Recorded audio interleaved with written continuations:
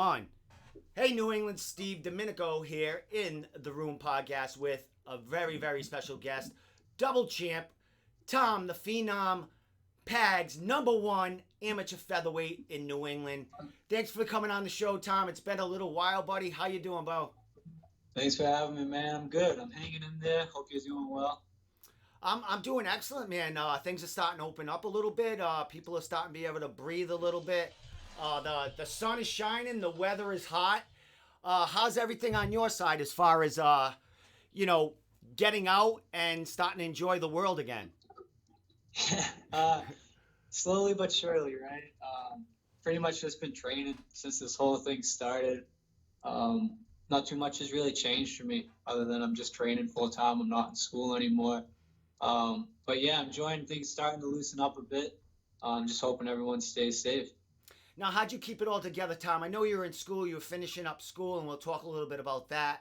But with the cards and the gyms closing and everything like that, you were on a tear, double champ.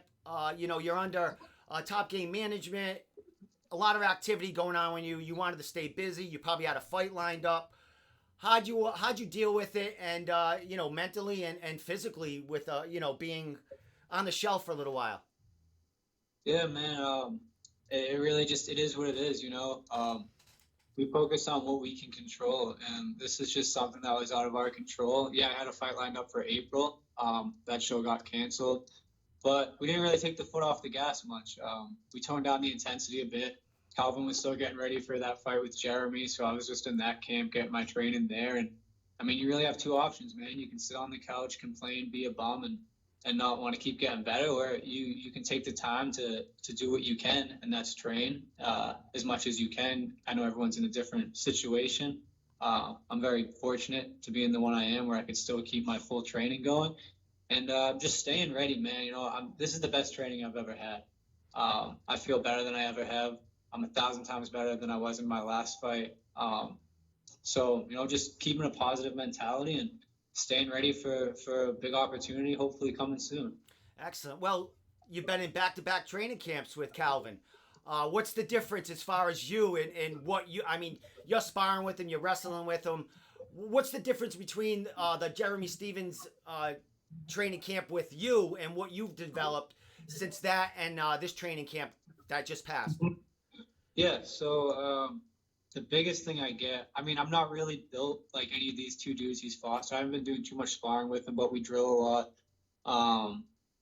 It's been just the mental game I can take from him and how he handled this whole situation. And he just kept that chip on his shoulder. Guys can complain because our training's a little unordinary. We have to jump around different places, keep our team real small, but we got better from all this. You know what I mean? We really figured out who's here, like who's the ride or die, who's really in this and wants to help each other out. And right now we just have a group of guys all with a real similar goal, and that's to be the best in the world. And we're all surrounded together. And yeah, man, just really sitting back and watching. I was on another podcast and I said, Calvin's kind of like that varsity 145 pounder. I'm kind of like that JV 145 pounder. So I got that dude that's above me that I can look to for advice and motivate him. And I'm right under him, a young guy with that energy, giving him that extra push and motivation and just that extra energy when he needs it. So it's been great, man, just being able to feed off each other's energy. And obviously he's in a lot bigger position than me right now, but I'm just following his footsteps, man. I'm going to be there soon. Excellent. Well, you talked about the getting the training in and getting the reps in. How big is the crew that the nucleus that you guys been staying with, that you've been able to train with regularly in this group in the last maybe couple of training camps? Yeah, man. We got Rob Fawn, obviously. He's always there. Tyson is kind of running everything. As far as Calvin, I got Rob, and then our striking coach Jake Manini. We all share a Muay Thai coach. Our boxing coach Sean Farley, wrestling coach John Dupree, Carlos Neto, Cal's BJJ coach, and then I just don't want to miss any coaches. And we got Nick Fiore coming in. Nick Fiore does a lot of jiu-jitsu with us, and he's in the cartel, so he's always showing up, putting in work with us. And that's really about it, man. We keep the circle real small right now because we need to. But it's kind of working for us, you know. You can look at these big gyms. We had to talk about this kind of this past camp, and you have the alpha males and the Jackson Wings, and you get these huge mega camps, you know, and it's a lot of really good guys, but not a lot of people are getting attention. You know, it's hard to get attention in a big room like that, and there's a lot of like egos and stuff. And when you have this small group like this, you can really build the camp around the fighter instead of just having the fighter in this massive camp. So we're going to show you can build a world champ and multiple world champs out of a camp like we have going right now, and it's going really well. Excellent. You talked about, moving around, having to moving around to different places to get this training in. Where are you right now? Because, looking at pictures on the internet and stuff, that looks like the same place like you spend a lot of time at. Yeah, this is the Haverhill City Boxing Gym. This is kind of the home base right now for us. We have a wrestling mat here. We also have the boxing ring, all the bags, and we can get most of it done here. We had a gym in New Hampshire open its doors to us to help Calvin out for his camp. We have the cage there, and just to get that like wall drilling in and all that kind of shit. But other than that, man, most of it's going down right here. Like we said, we want to show you can really get it done in a small camp, and you don't really need all this fancy shit to be the best. And we do our traveling to our striking coach's gym sometimes. You know, I'm traveling down to Boston for my Muay Thai if he's not coming up here. And then that's really it, man. Sometimes we take the trip down to Maine to Coach Dupree's. Again, that's if he's not coming here. But yeah, that's about it. Most of it's happening here. Excellent. You mentioned Nick Fiore. He just didn't he make his pro debut? Is he 1-0 now? Did he make his pro debut? He just made his pro debut before all this. He won by rear naked choke. And he's part of the cartel now. Is he signed under Tyson now? Not signed into Tyson yet. I mean, I'm not even officially signed into Tyson yet. I actually just got a text about that. So that's common. All right, soon. Okay. It's kind of just waiting for Rob to give him the green light on that. He wants Rob to make that decision, but I think they talked about it while they've been away. So we'll get there. But yeah, Nick's not officially signed yet. I don't know what the plan is with that. But yeah, he's in the cartel. He's here with us every week, drilling. And honestly, he's kind of been a jiu-jitsu coach for us. You know, we get a lot of our stuff. That kid's world class, man. Yeah. He kind of flies under the radar a bit. I feel like he doesn't get enough spotlight as he should. That kid's going to the big show as well. You know, we're really looking to push each other there. He was just here today before this drilling with me. You know, so we'll get there, man. We'll get there. Awesome. I'm definitely going to have to get a word with him because I was at his fight, at his debut. I've spoken to him on Instagram here and there, and I do follow him. And I'll definitely get a word with him. Connor Berry was just signed by Top Game Management. So you're getting all the young studs in New England joining this cartel, bro. Yeah, it's nice, man. I'm pumped about Connor. It's nice to have another long, lanky dude I can work with. You know what I mean? Yeah. He's a beast, man. I've worked with Connor a few times. Talented kid. I'm sure you know that. You see it in his fights. I'm really excited for the future for him and just this team, man. It's growing, and there's some big things coming out of New England for sure.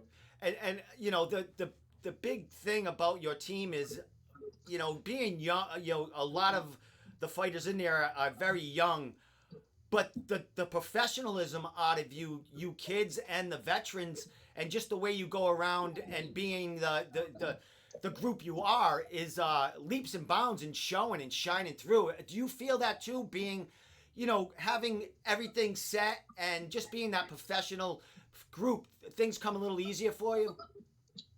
100%. Tyson always likes to, every time we're training, you know, we did our strength and conditioning at his house during all this, and ESPN's there filming and all this shit's going on around us. And he's like, man, by the time you get there, like, you're going to be so used to this. And he's always saying, you don't know how lucky you are, like, how we used to train. I'm like, I know, man. Like, I worked my ass off to be in this situation, though. You know what I mean?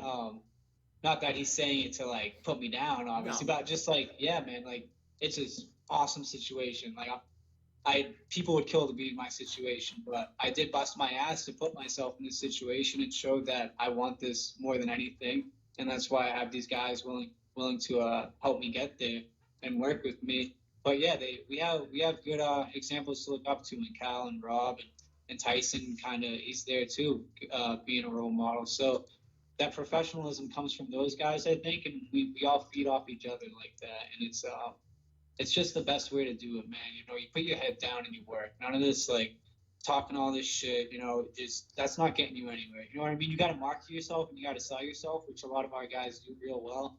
Um, but in the end, it's you got to show up and you got to put in that work and make sure it's the right work. It's not just showing up at the same time every day. It's showing up and being efficient and getting the most out of that session. And I think we all do that pretty well. Excellent. Well, let's talk a little bit about that. What you had Tyson say, how it's different in the times now than it was when he started, because it is social media and the way that you can market yourself is a big deal with up and coming fighters. From the start, I mean, your career's been short. I mean, but you've done a lot in the short career. What have you seen changed, and what has changed in you as far as maybe that first Amy fight and your last your last title win?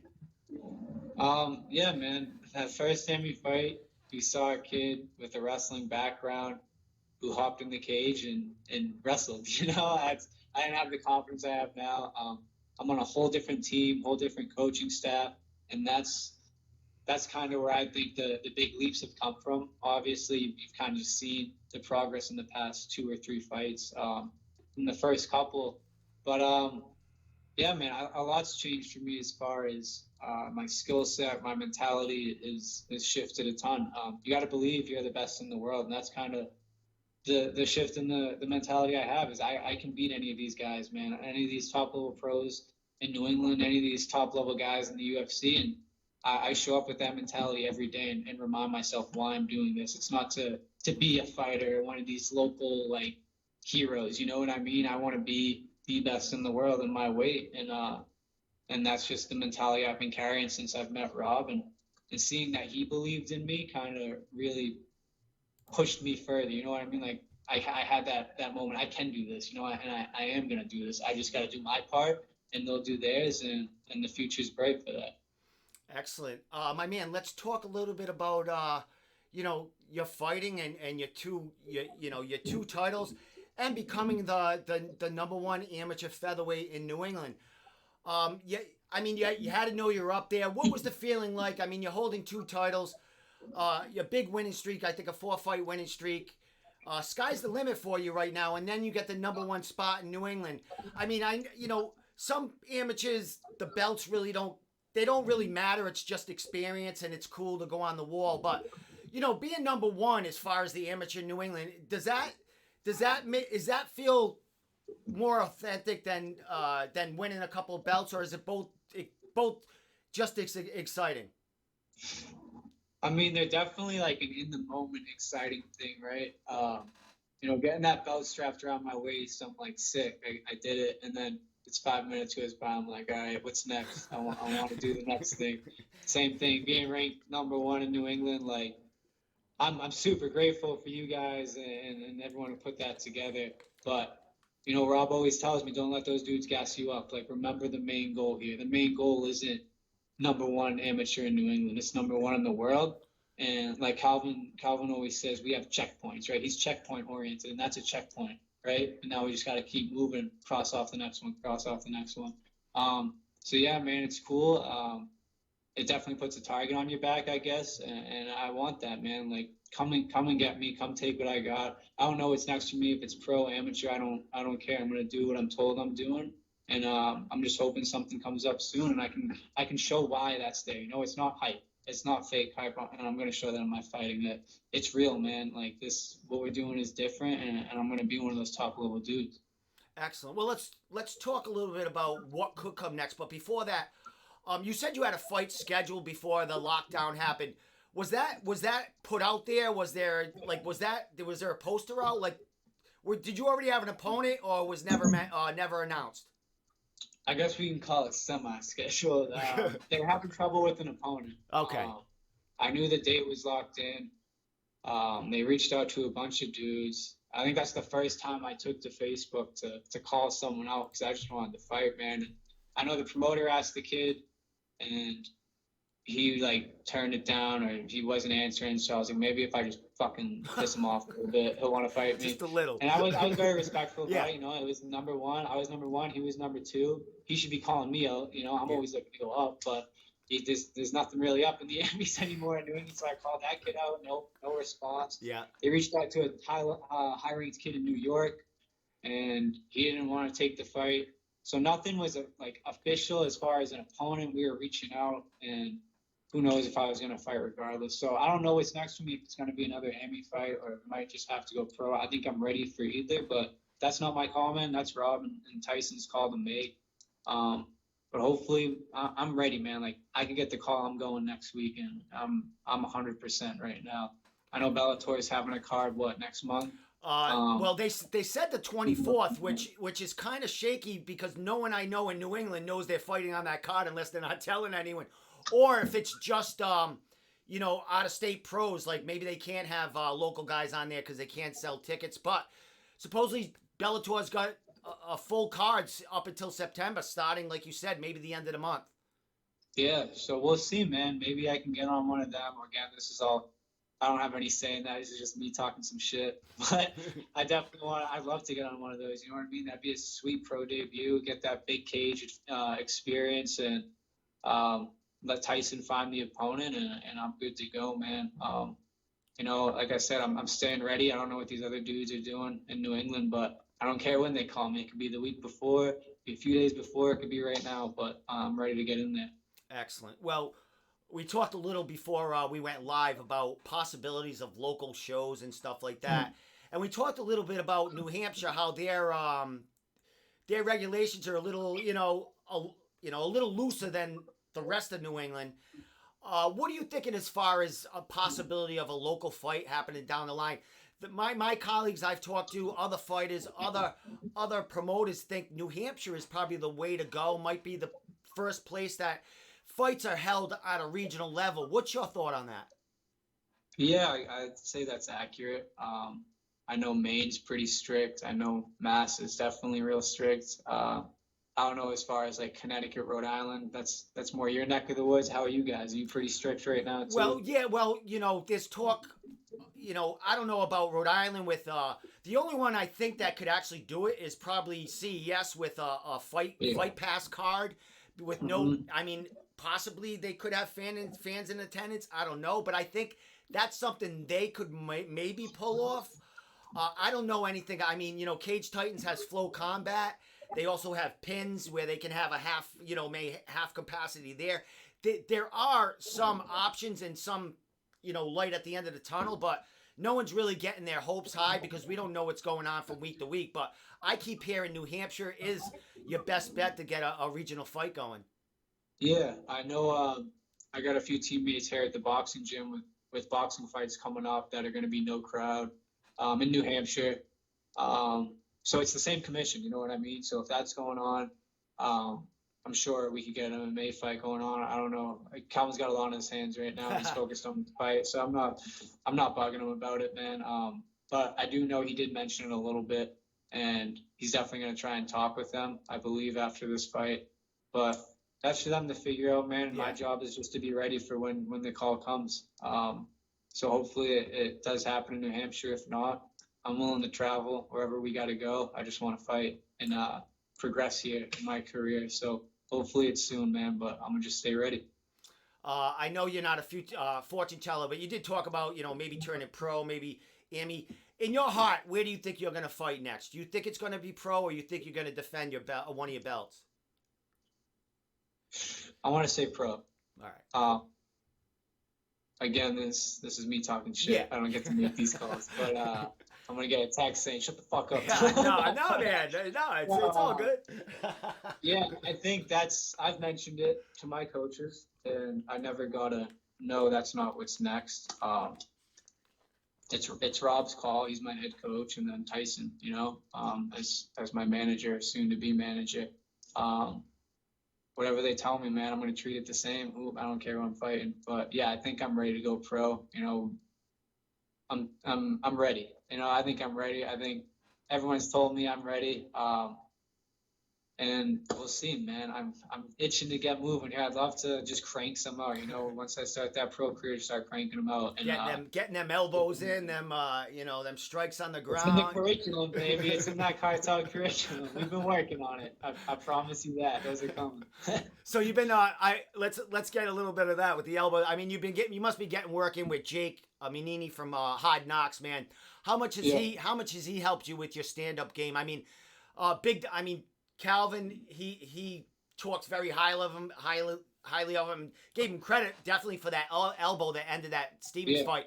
How much work you getting in with him, and how wide does he open your eyes? Jake's the man. He's the best. He's the best striking coach around. Super down to earth dude, nicest dude you'll ever meet, and just a great mind.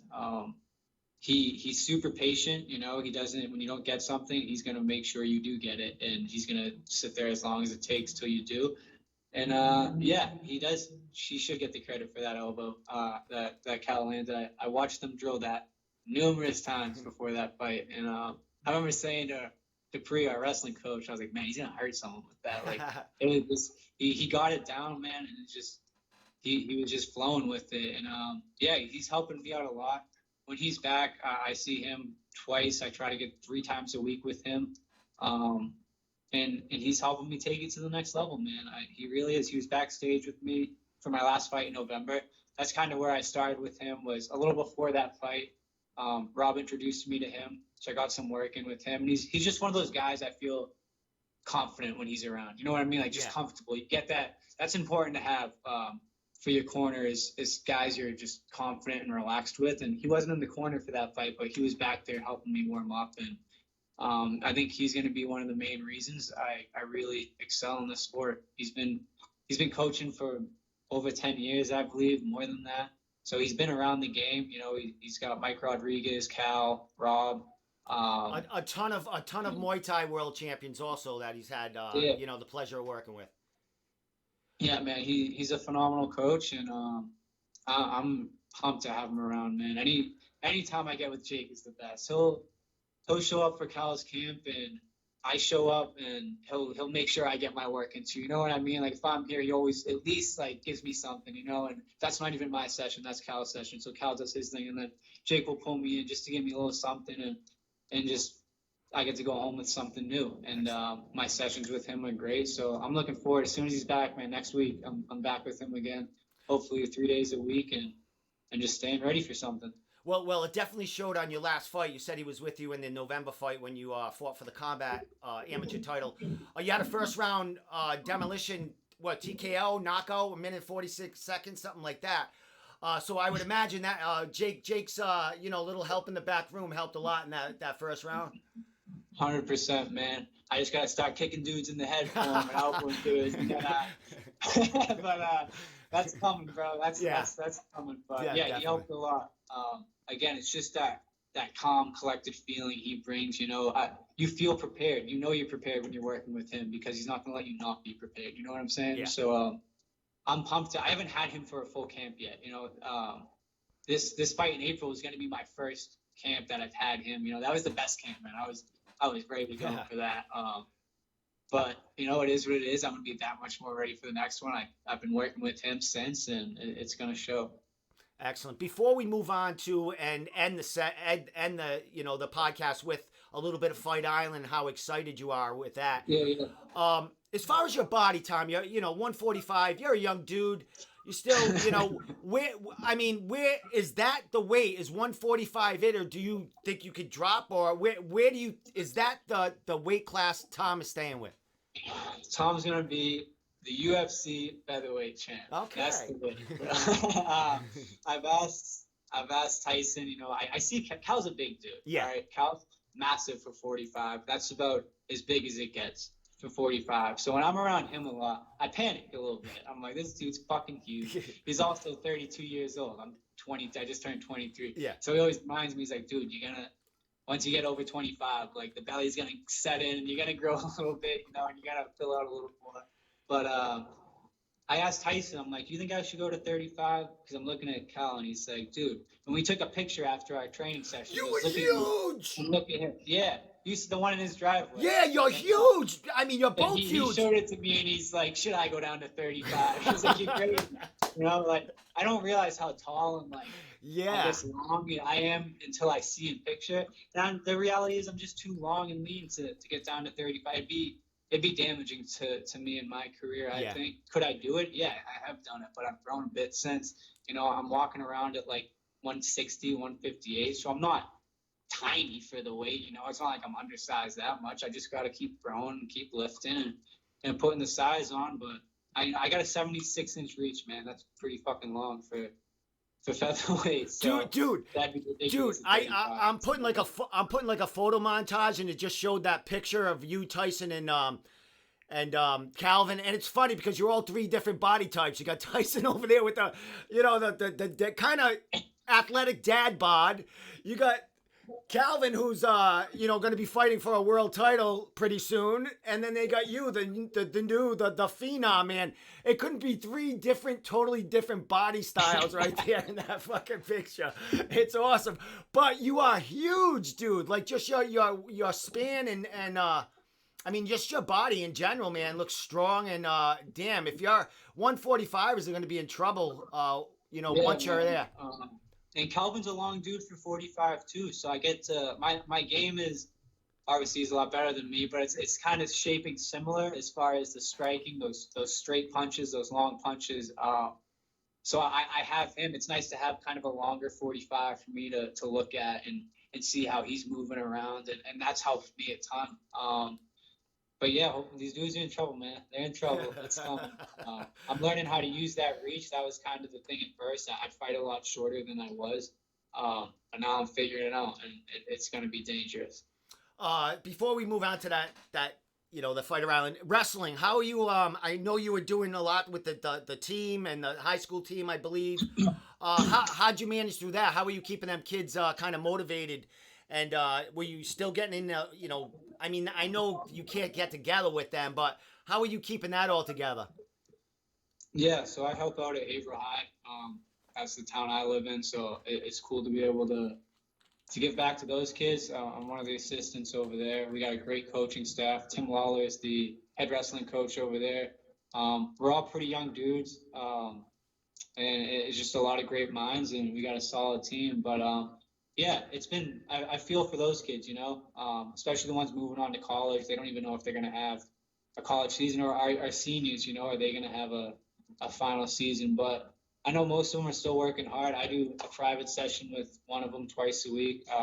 My little stud, Ben DeVoli, keep out for watch his name. He's sixth in New England this past season. He's only a sophomore, just finished his sophomore year, going to his junior year. So yeah, I'm working with him, and they kind of. I hope my mindset kind of rubs off on them. I know it is with Ben. Just always staying ready, man. Like there really is no off season. You tone it down a bit. Obviously, he's a young kid. I don't want him to get burnt out, and I want him to enjoy his high school and do all the fun shit that 16-year-olds should be doing. But you know, he kind of treats it the same, where he's gonna work hard and stay ready, whether there's a season or not.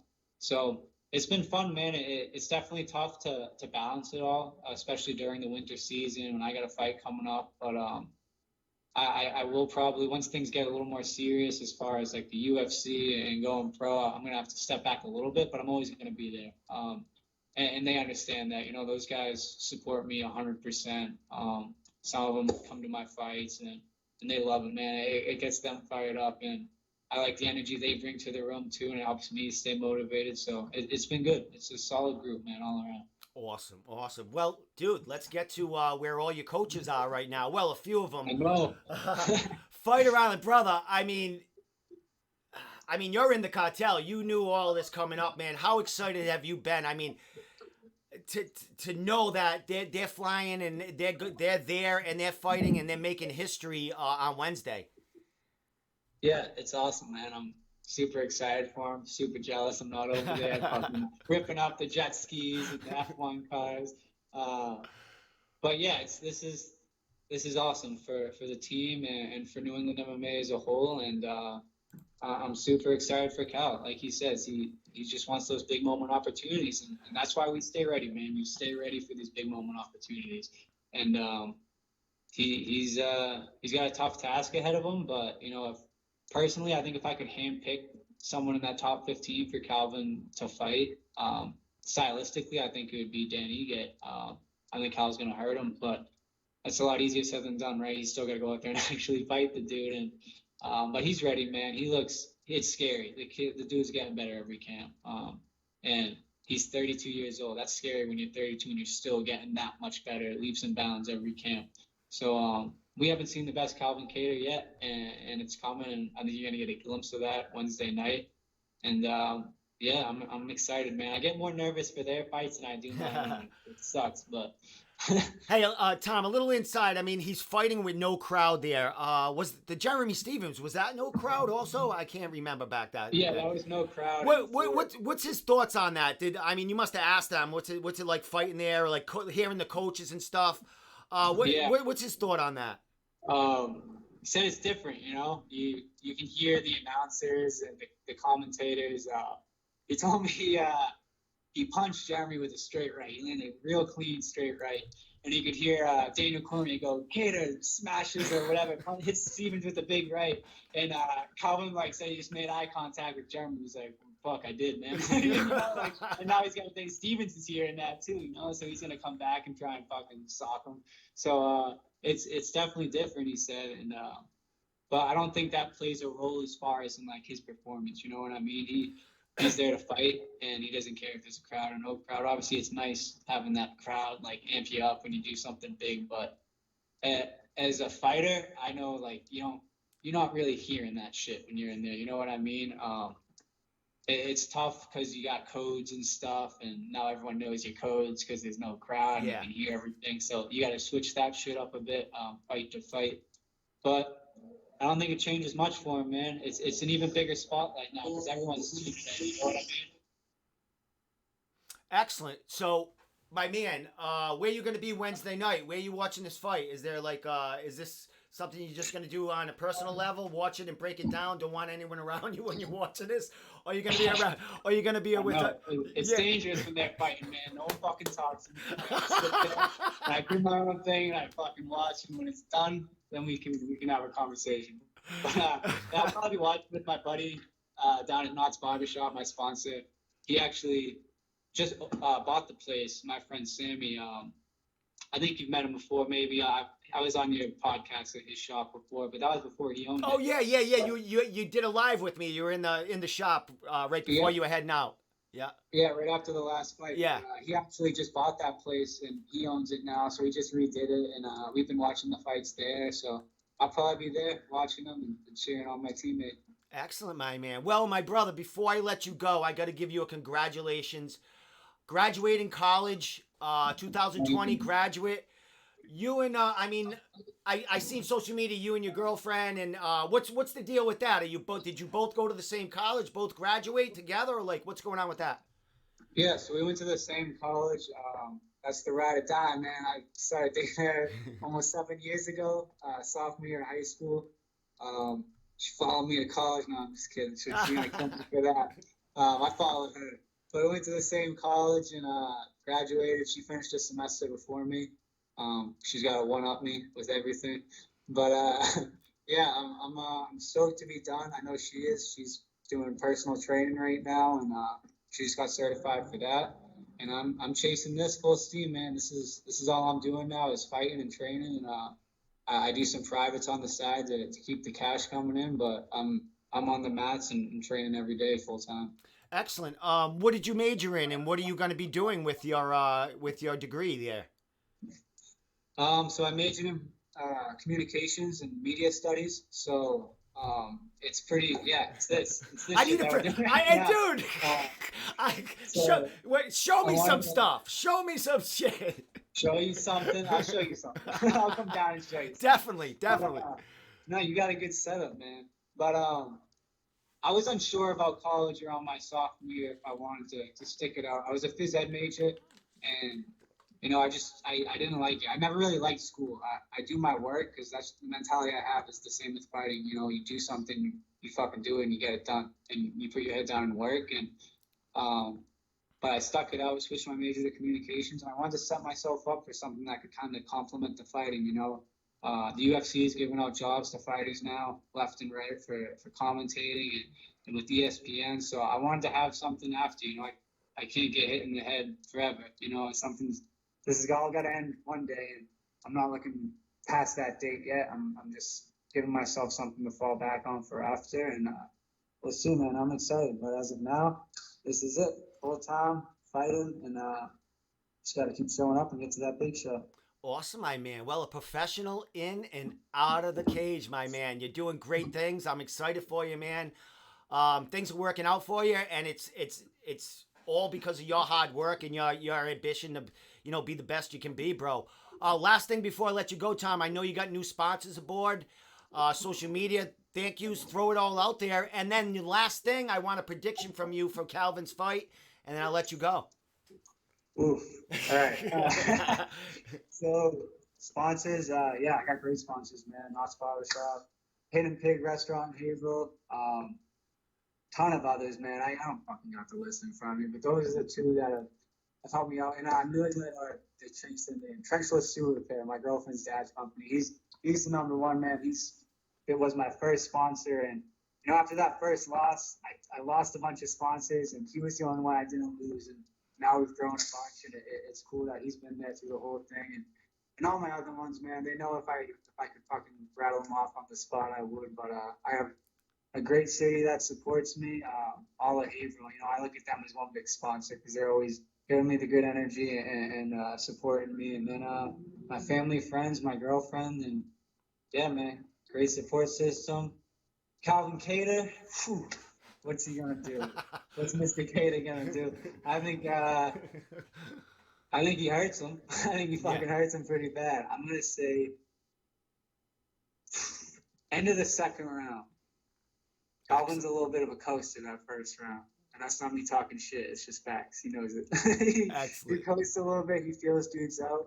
And then once he figures it out, he fucking hurts you. So I think end of that second round, he's going to drop him with a shot and TKO him on the ground with strikes. Calvin's strikes on the ground are fucking brutal, man. That's a real underrated part. Hey, dude! It's lucky it's lucky though you get knocked out before you hit the ground because you don't feel them. You know what I mean? And they're scary. I mean, you know what I mean? It's that shot and then boom. It's different, man. The way that dude hits people, it's different. He's got that dense power, and when he lands, it fucking sucks. Excellent. So second round TKO. Hopefully he gets it done. If he doesn't, it's going to go the distance, and he's going to fucking be a step ahead, I think, in every position. He's just too experienced and too well-rounded for Danny to get. Excellent. Well, he wins this fight. He's going to win this fight against, I think, Dan's got a 6-fight winning streak. Where do you think... Questionable. All right, well, all right. It looks good on paper. So where do you think Calvin deserves to be with a great performance and win on Wednesday night? Right now, I think Calvin's a top 5 guy. I know they got him ranked 6, but he is a nightmare for anyone in that division, and it's just his style. I think he's a terrible matchup for Holloway, Volkanovski, any of these dudes. No one's really seen his ground game yet, and how good he really is there, and his wrestling and how good that really is. So I think after this, he gets a big win. I think he's looking at 1 or 2 away from getting that title shot, and that's realistic, man. It's only up from here. You know what I mean? He's scratching their back by stepping back in the rankings and fighting the number 10 dude. They're gonna owe him a big one again after this. So it's gonna be something big, man. Sky's the limit for that dude. And he's only getting better, like I said.